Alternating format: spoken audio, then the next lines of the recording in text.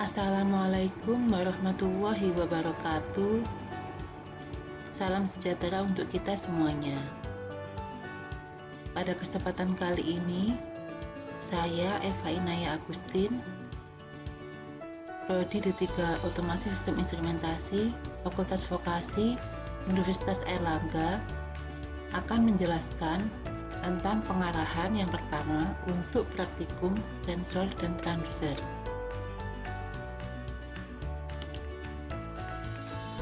Berikut adalah berbagai istilah yang digunakan untuk menunjang praktikum sensor dan transducer. Sensor adalah bagian yang merasakan. Detektor adalah bagian yang mendeteksi. Keduanya ini, yaitu sensor dan detektor, adalah suatu bagian yang mampu menangkap suatu besaran alam. Sensor atau detektor ini adalah bagian yang sangat sensitif atau sangat peka hanya pada besaran alam tertentu saja. Kemudian sensor ini juga mampu mentransformasikan besaran alam tersebut menjadi bentuk besaran yang lainnya untuk diproses oleh yang namanya prosesor. Istilah lainnya yaitu transducer. Transducer adalah bagian yang menerima dan mentransformasikan energi. Jadi, transducer ini mampu mengubah dari suatu bentuk energi menjadi energi yang lain. Beberapa orang mengaitkan hal ini dengan energi listrik. Transducer dibagi menjadi dua, yaitu transducer pasif dan juga transducer aktif. Untuk transducer pasif, dia memanfaatkan seluruh besaran alam tanpa disertai adanya energi eksternal. Sementara transducer aktif memerlukan sumber daya eksternal atau energi dari luar seperti baterai. Di sini yang bisa saya contohkan adalah mikrofon. Untuk mikrofon dinamik, dia mampu mengubah suatu energi menjadi energi yang lainnya. Contohnya adalah dari energi bunyi, dia mampu diubah menjadi energi listrik. Tetapi untuk mikrofon kondenser dapat dikatakan sebagai transducer aktif karena mikrofon kondenser memerlukan baterai atau energi eksternal tambahan dari luar. Berikut adalah beberapa instrumen yang ada dalam sistem instrumentasi. Yang pertama adalah instrumen ukur, yang kedua adalah instrumen kontrol, dan yang ketiga adalah instrumen penunjang. Instrumen ukur adalah instrumen yang mampu mengukur suatu besaran dan memberikan output dari besaran tersebut untuk ditampilkan, dapat berupa analog maupun digital. Instrumen ukur ini sangat beragam. Jika kita melihat dari sisi penggunaan energi, maka dapat dibagi menjadi dua, yaitu instrumen ukur aktif dan juga instrumen ukur pasif. Instrumen ukur aktif memerlukan tambahan daya dari luar atau energi eksternal, sedangkan instrumen ukur yang pasif maka dia hanya memanfaatkan seluruh atau sebagian dari besaran alam yang ada. Jika kita melihat dari sistem kerjanya, ada yang sistem instrumen ukur analog dan juga ada yang instrumen ukur digital. Kemudian barangkali kita bisa melihat dari tingkat kecerdasannya, maka dapat dikategorikan adalah instrumen ukur yang cerdas atau smart, ada yang instrumen ukur tidak cerdas, dan seterusnya. Sedangkan instrumen kontrol ini adalah instrumen yang mampu mengontrol atau mengendalikan besaran yang diukur oleh instrumen ukur tersebut. Jadi yang berkaitan dengan instrumen ukur ini adalah sensor tadi yang menangkap besaran alam, kemudian untuk dapat memberikan besaran yang lainnya. Sedangkan kontrol ini adalah dia mampu mengendalikan dari besaran tersebut. Dan instrumen penunjang ini dapat dikatakan sebagai instrumen pelengkap saja. Jadi instrumen yang mampu menunjang demi keberhasilan dari instrumen ukur dan kontrol dalam menangkap atau mengelola besaran alam tadi.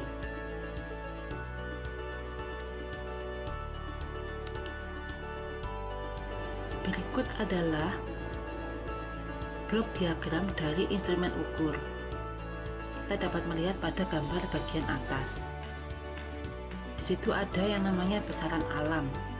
Besaran alam di sekitar kita akan disensing atau ditangkap atau dirasakan atau dapat juga dideteksi oleh yang namanya sensor. Jadi di sini adalah bagian yang mampu merasakan dan mampu menangkap besaran alam tersebut. Kemudian besaran alam tadi akan diproses oleh yang namanya prosesor.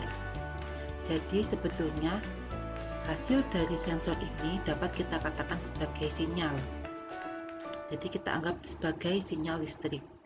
Sinyal listrik ini akan menjadi input dari yang namanya prosesor untuk diproses.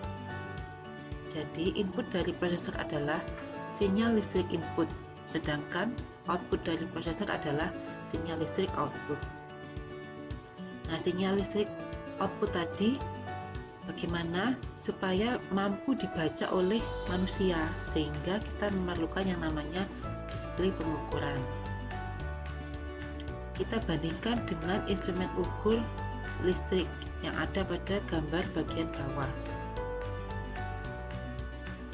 Bagian ini dianggap lebih sederhana karena besaran alam yang dideteksi adalah langsung pada besaran listrik, sehingga besaran listrik tersebut akan mampu ditangkap oleh prosesor, namun harus melewati yang namanya probe, yaitu kabel penghubung yang menghubungkan antara sinyal listrik input untuk ditangkap dan dimasukkan ke dalam prosesor. Kemudian baru bisa menghasilkan besaran output yang mampu dibaca oleh manusia, yaitu pada display pengukuran. Jadi jika ada besaran alam atau besarannya sudah berupa besaran listrik di situ, maka bisa langsung terhubung oleh prosesor dengan melalui probe. Jadi tidak perlu menggunakan sensor.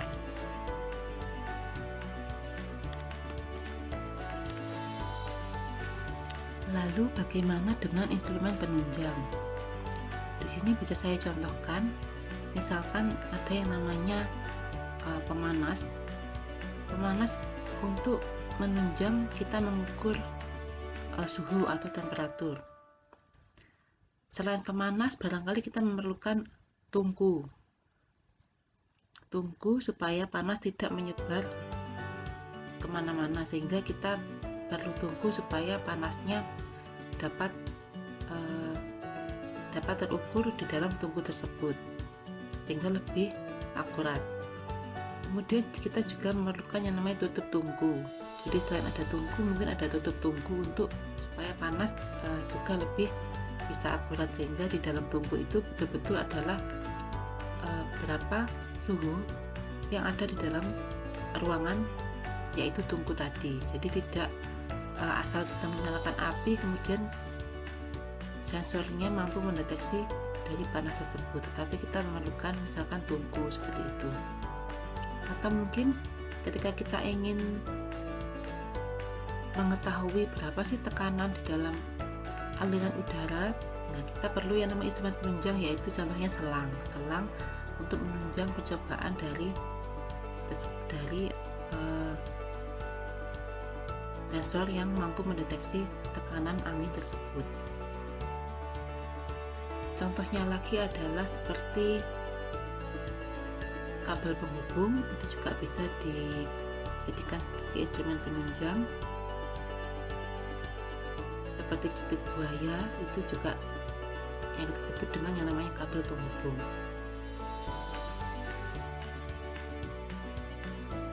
Baik, itu saja yang bisa saya contohkan. Berikut adalah sistem sensor. Yang pertama adalah sensor itu sendiri, kemudian ada juga yang namanya sensor kompleks, dan ada yang namanya sensor on-off. Sensor kompleks ini dapat terdiri dari gabungan beberapa sensor, atau mungkin dia adalah gabungan dari sensor dan prosesor, sehingga dikatakan sebagai sensor kompleks. Sedangkan sensor on-off ini adalah dia mampu memberikan output berupa on saja atau off saja. Jadi ada dua kondisi, ya dan tidak. Kalau kita bahas mengenai biner, yaitu 1 dan 0. Dan sensor on-off ini biasanya digunakan sebagai sistem pengendali. Jadi ketika misalkan suhunya sudah 100 derajat Celcius, air mendidih, maka otomatis sistem pemanas tersebut akan mati, maka off. Kemudian ketika suhunya misalkan sangat rendah, misalkan hanya 30 derajat, maka pemanasnya akan on begitu. Jadi hanya ada dua kondisi, yaitu on dan off.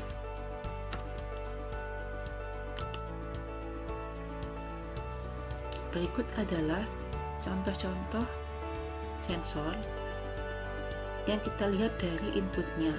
Di sini ada sensor input mekanik. Contohnya seperti misalkan putaran motor atau putaran roda, kita mampu deteksi, yaitu dengan output RPM atau rotation per minute. Ada juga yang namanya sensor input temperatur, yaitu sensor yang mampu menangkap temperatur atau suhu. Kemudian ada sensor input tekanan, yaitu adalah sensor yang mampu mendeteksi atau menangkap tekanan. Tekanannya macam-macam. Barangkali tekanannya melalui tekanan dibantu oleh tekanan angin, atau mungkin tekanan air, atau bahkan minyak juga bisa sebagai media perantara untuk mengetahui berapa tekanan yang dihasilkan. Jadi tergantung dari media yang digunakan.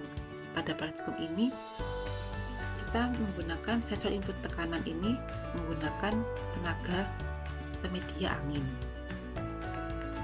sehingga di sini angin tersebut nanti akan dikeluarkan oleh yang namanya kompresor dan ditangkap oleh yang namanya sensor input tekanan. Kemudian ada juga namanya sensor input cahaya, sensor yang mampu menangkap atau mendeteksi berapa besarnya cahaya yang diterima. Ada juga namanya sensor input gelombang mekanik, sensor input medan magnet, dan juga sensor input radiasi.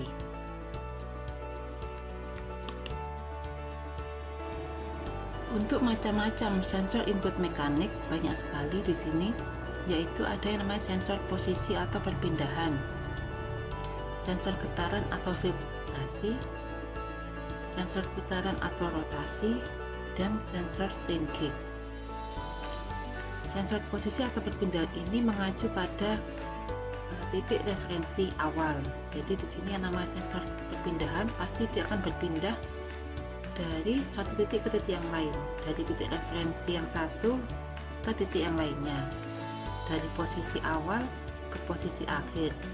Nah, untuk sensor perpindahan ini ada dua macam, yaitu bisa kita berpindah secara linier, jadi seperti horizontal ataupun vertikal, dengan kita asumsikan perpindahan tersebut adalah X. Jadi besaran fisiknya itu berupa jarak atau X.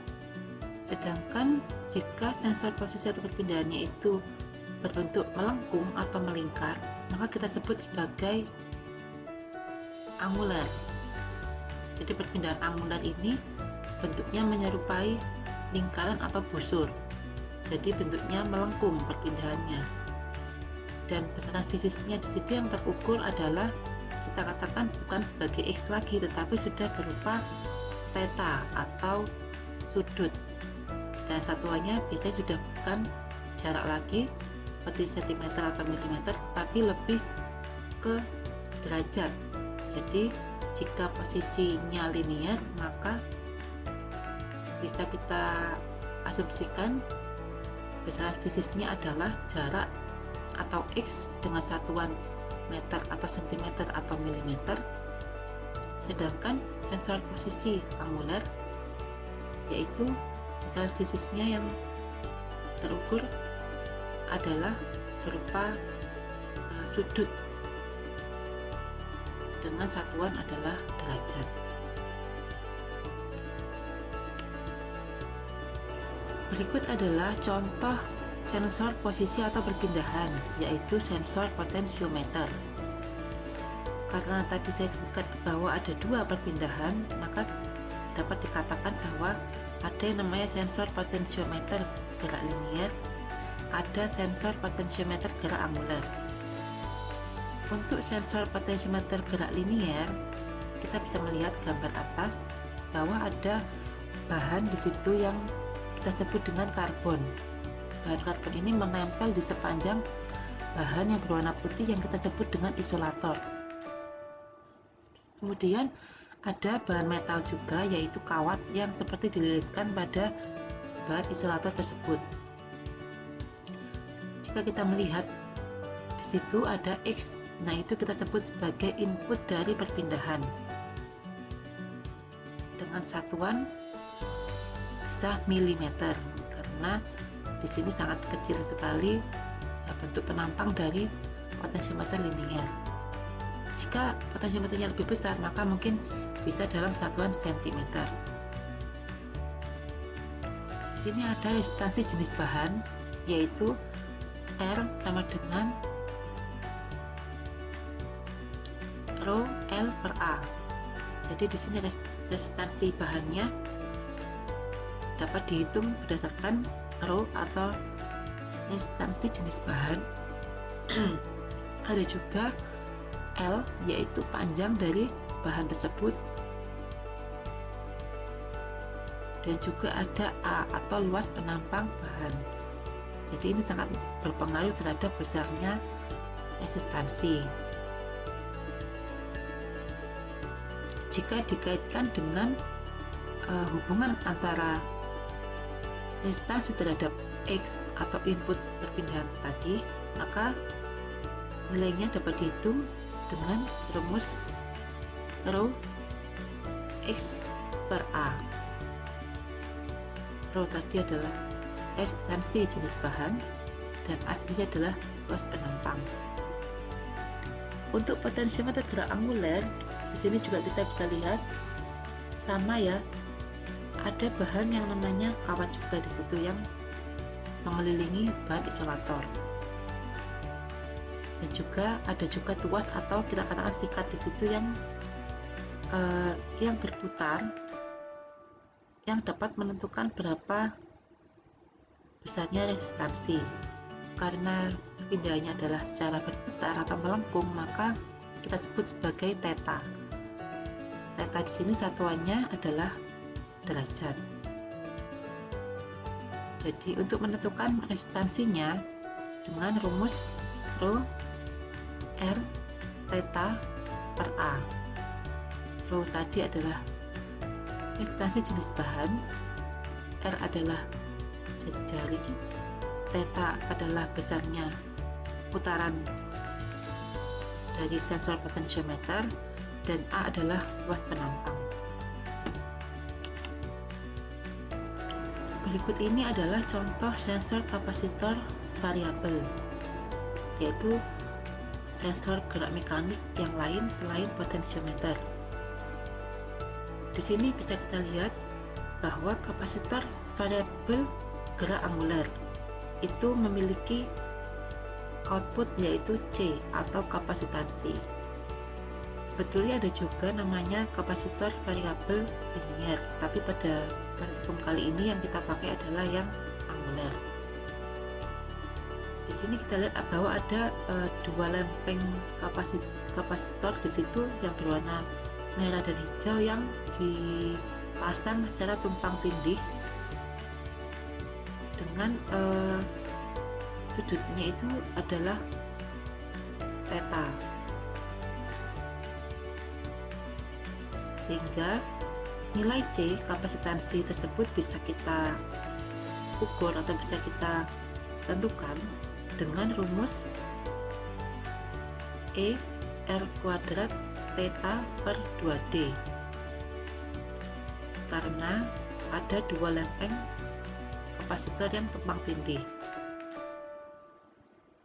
dan ini juga sangat bergantung terhadap luasnya dari bahan kapasitor tersebut.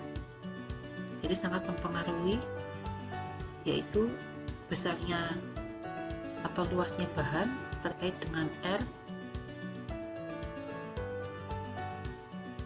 dan juga pengaruh dari dua lempeng kapasitor tersebut, sehingga kita ada membaginya dengan 2, sehingga tadi rumusnya adalah C sama dengan E R kuadrat theta per 2D, di mana E adalah permisivitas bahan dielektrik.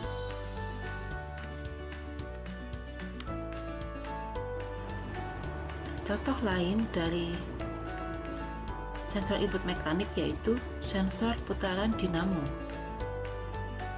Jadi di sini dia mampu mengubah suatu besaran yaitu putaran menjadi listrik. Di sini dicontohkan adalah motor listrik searah,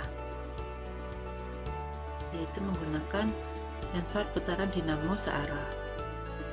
Bisa kita lihat pada gambar sebelah kiri, ini adalah contoh sensor putaran dinamo yang paling sederhana. Sedangkan yang gambar kedua adalah contoh sensor putaran dinamo yang lebih baik daripada yang pertama. Sedangkan gambar ketiga ini adalah yang paling baik atau yang kita anggap sebagai sensor putaran dinamo yang sempurna di sini. Kita bisa lihat di sini adalah ada magnet di sini ada kutub utara, kutub selatan yang dia akan berputar mengelilingi koil. Jadi di sini mengelilingi koil, dan kita bisa mengetahui setelah tadi magnetnya berputar mengelilingi koil, maka kita bisa mengetahui berapa nilai V outputnya atau tegangan outputnya di sini. Sehingga di sini outputnya nanti adalah tegangan, sedangkan inputnya adalah putaran. Putaran bisa kita deteksi menggunakan alat pengukuran, di mana satuannya adalah rotation per menit. Kita bisa menggunakan takometer. Contoh yang lainnya, untuk sensor input temperatur.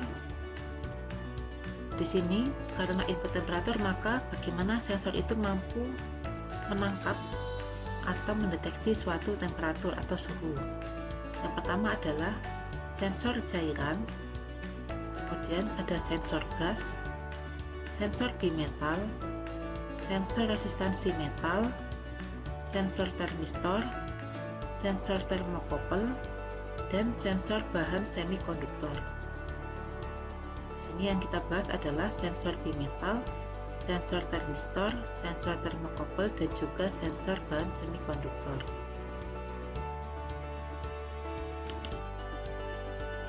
Untuk sensor input temperatur, di sini contohnya yang pertama adalah sensor bimetal.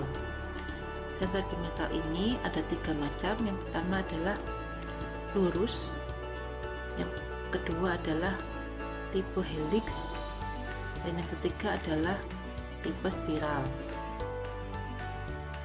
Di situ kita bisa lihat bahwa ada 2 macam bahan yang berbeda. yang digunakan pada sensor bimetal. Dua bahan ini pasti memiliki koefisien mulai panjang yang berbeda, dan biasanya koefisien mulai panjangnya adalah yang besar. Di sini bahannya biasanya yang digunakan adalah bahan kuningan dan juga bahan campuran seperti nikel dan ferrum atau besi.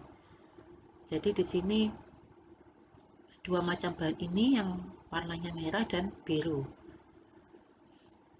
Nah, sehingga di sini kalau kita lihat, ketika sensor bimetal ini belum terkena panas, maka dia pasti akan bentuknya seperti lurus, tidak ada perubahan apapun. Tapi jika ada panas yang mendekat atau ditangkap oleh sensor ini, maka dia akan mulai melengkung. Di mana di sini T2 lebih besar dari T1, sehingga dia pasti akan memuai dan akan bengkong atau melengkung ke kanan,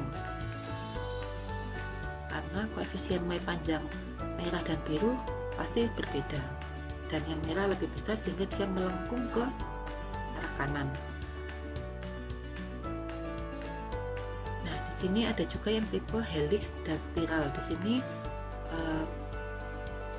bentuknya ketika dia akan terkena panas maka dia tidak melengkung, tetapi lebih ke berputar, sehingga di sini juga outputnya ada, namun di sini berupa theta atau derajat, satuannya derajat.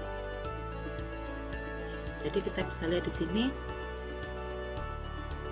bahwa nilainya bisa kita ukur, yaitu dengan rumus R sama dengan KT untuk yang lurus, sedangkan untuk sudut atau tetanya untuk helix dan spiral dengan rumus sama dengan K dikalikan T atau temperatur, di mana K ini adalah koefisien atau konstanta.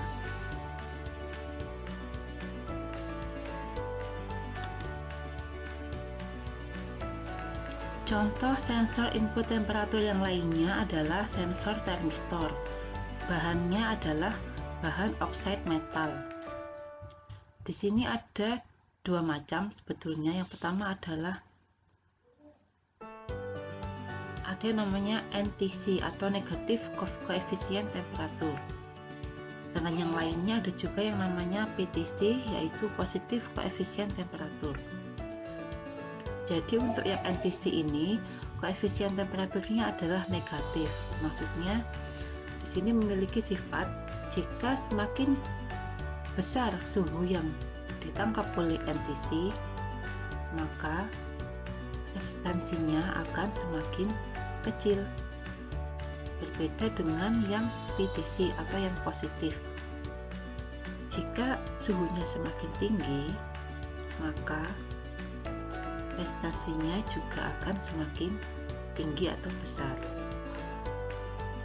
Jadi di sini rumusnya adalah resistansinya sebagai berikut, di mana beta adalah konstanta bahan. Untuk sensor input temperatur yang berikutnya yaitu sensor termokouple dan juga sensor bahan semikonduktor. Untuk sensor termokouple di sini bahannya terbuat dari dua jenis logam yang berbeda, yaitu di sini disambungkan sehingga menyerupai bentuk huruf seperti huruf V. Nah, ketika kita mendapatkan panas, sensor ini mendapatkan panas di sambungan tersebut, maka otomatis akan ada nilai tegangan yang bisa kita dapatkan. Kemudian untuk sensor bahan semikonduktor, di sini contohnya adalah LM35 yang memiliki 3 buah kaki, yaitu VS atau untuk tegangan, kemudian V0 atau untuk tegangan V outputnya, untuk VO nya ini adalah V outputnya, dan juga pin 3 adalah untuk ground. Sensor input tekanan di sini banyak sekali contohnya. Yang pertama adalah sensor cairan yang sempat saya jelaskan tadi, ada dua macam, bisa minyak, bisa air. Kemudian sensor elastis, sensor piston dan juga sensor strain gauge. Untuk sensor elastis ada 3 macam, yaitu sensor tabung Bourdon, sensor diafragma, dan sensor embusan. Di sini ada bermacam-macam untuk sensor tabung Bourdon, yaitu yang tipe C, spiral, puntir, dan helix. Untuk yang diafragma ada yang kapsul dan juga ada yang membran. Berikut adalah sensor elastis tabung Bourdon dengan berbagai macam tipe. Yang pertama adalah tabung Bourdon tipe C, kemudian yang kedua adalah tipe spiral, tipe peluntir, dan yang terakhir adalah tipe helix. Di sini bisa kita lihat bahwa ketika ada input berupa tekanan, yaitu input P pada masing-masing tipe, di sini kita bisa melihat maka akan menghasilkan output. Jadi untuk tipe C maka outputnya akan bisa bergerak pada ujung outputnya ini. Begitu juga untuk tipe spiral dan untuk tipe peluntir juga akan bergerak berputar, dan juga untuk tipe helix. Jadi ketika ada input P atau input tekanan maka sensor elastis tabung Bourdon ini akan dapat berputar, sehingga outputnya biasanya berupa derajat. Berikut adalah contoh sensor elastis diafragma dan juga sensor embusan. Bisa kita lihat pada gambar pertama, untuk diafragma itu karena dia terdiri dari membran yang tipis, sehingga di sini banyak sekali macam-macam reaksi yang diberikan ketika ada input tekanan yang masuk. Yang pertama adalah rata, ketika tidak ada tekanan udara yang masuk, kemudian bisa berubah menjadi cembung atau bentuknya seperti kembung. Kemudian ada juga yang berkerut. Nah, untuk gambar kedua ini adalah contoh sensor elastis diafragma tipe kapsul. Ketika ada input P atau input tekanan yang masuk, maka otomatis kerutan ini akan mengembung. Jadi seperti elips nanti. Untuk yang gambar ketiga yaitu sensor elastis diafragma tipe membran. Jadi di sini membrannya awalnya awalnya bentuknya rata.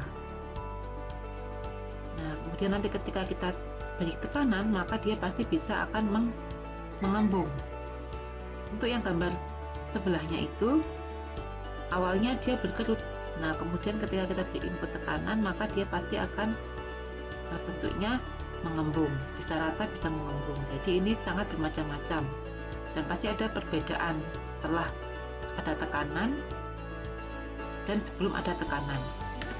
Yang terakhir adalah embusan. Di sini embusan itu juga sama, ketika dia mendapatkan input tekanan atau mendapatkan input berupa P, maka dia pasti akan mengembung permukaan dari embusan. Dan nilai embusan ini biasanya lebih besar daripada nilai yang didapatkan menggunakan sensor elastis.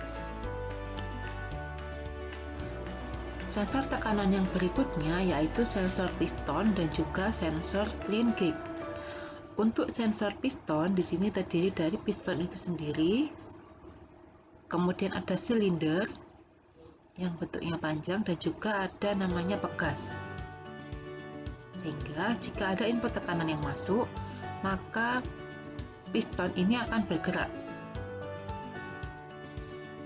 Dan jika tidak ada tekanan, maka akan kembali ke bentuk semula,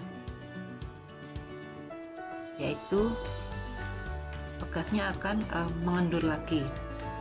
Kemudian untuk sensor strain gauge ini juga salah satu sensor tekanan. Jadi bentuknya ini seperti lilitan yang diputar-putar sampai dengan ke ujung yang satunya lagi.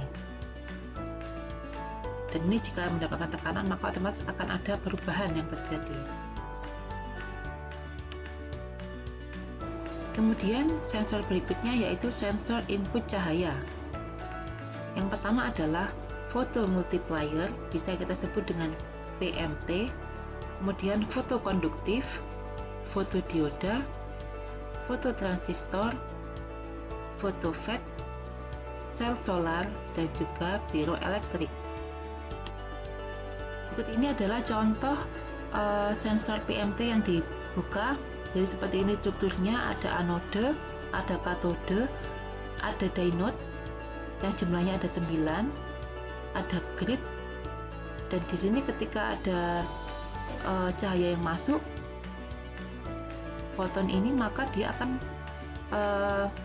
mengemisi di dalam tabung multiplier ini dan akan mengenai dari diode yang ada di dalamnya.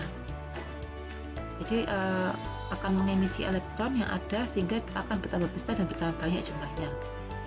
Untuk yang bawah ini adalah rangkaian pembagi tegangan tinggi. Jadi dari ada katot, diode, dan anode.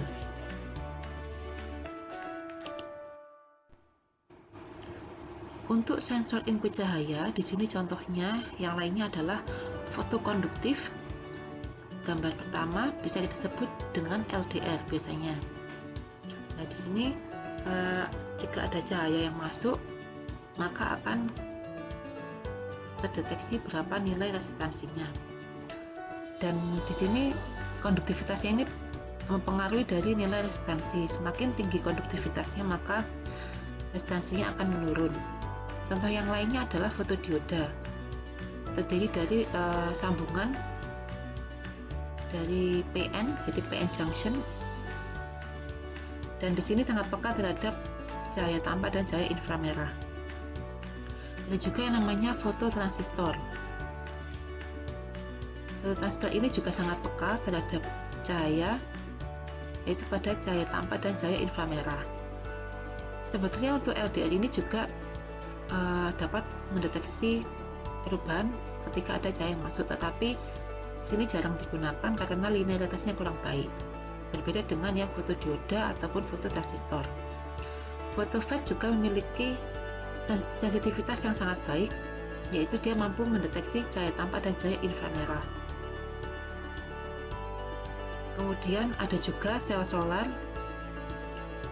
dan juga ada piroelektrik. Di sini mampu mendeteksi cahaya ketika ada energi kalor dan energi inframerah yang ditangkap oleh sensor piroelektrik.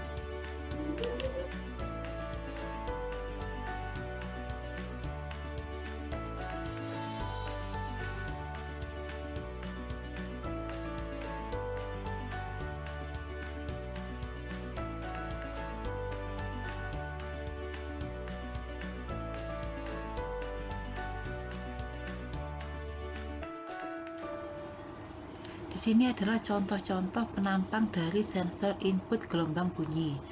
Yang pertama adalah di sini ada sensor karbon.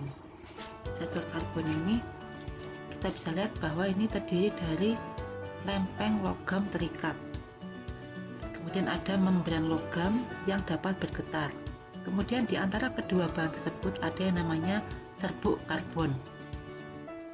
Jadi ketika ada input berupa gelombang bunyi, maka akan bisa mendeteksi berupa outputnya, yaitu resistansi. Di sini ketika untuk menentukan nilai resistansinya ini, resistansi ini akan nilainya jauh lebih besar daripada resistansi saat ketika normal atau saat membran mengembung. Di saat mengembung ini, maka nilai R normalnya ini lebih kecil daripada nilai resistansi outputnya. Nah, sebaliknya, nilai resistansi output ini, R-nya ini akan kecil ketika membrannya mengempis.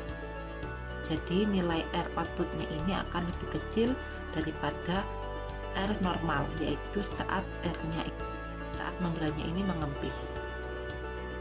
Kemudian ada sensor koil bergerak. Di sini ada bahannya yaitu sensor koil bergerak di dalam medan magnet.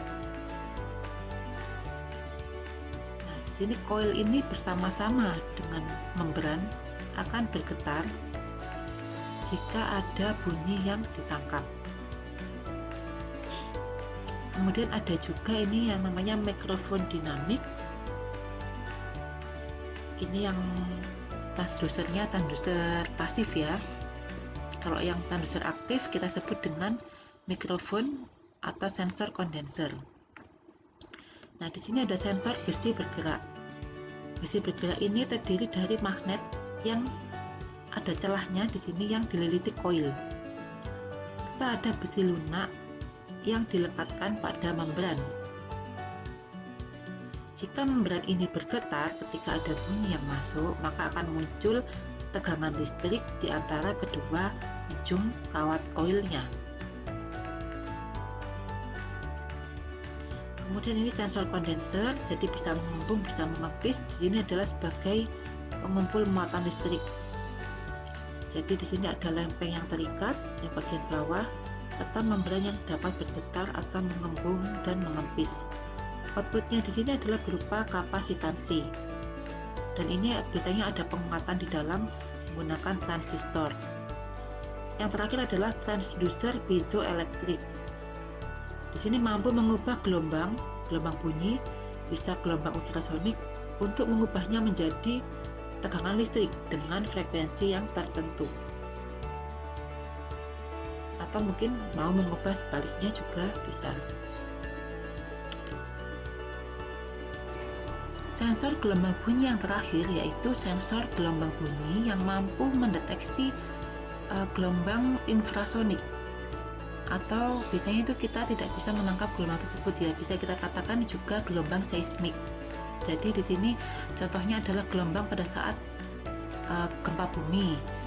Kita tidak mampu mendengar gelombang tersebut, atau mungkin gelombang yang dipancarkan oleh ikan paus. Nah, ini terdiri dari lempeng terikat, kemudian ada pegas, ada beban juga yang menggantung pada pegas, dan juga ada casing di sini. Dan outputnya dari sensor massa gantung ini adalah berupa C atau kapasitansi. Baik, sekian penjelasan dari saya. Kurang lebihnya mohon maaf. Terima kasih atas perhatiannya. Wassalamualaikum warahmatullahi wabarakatuh.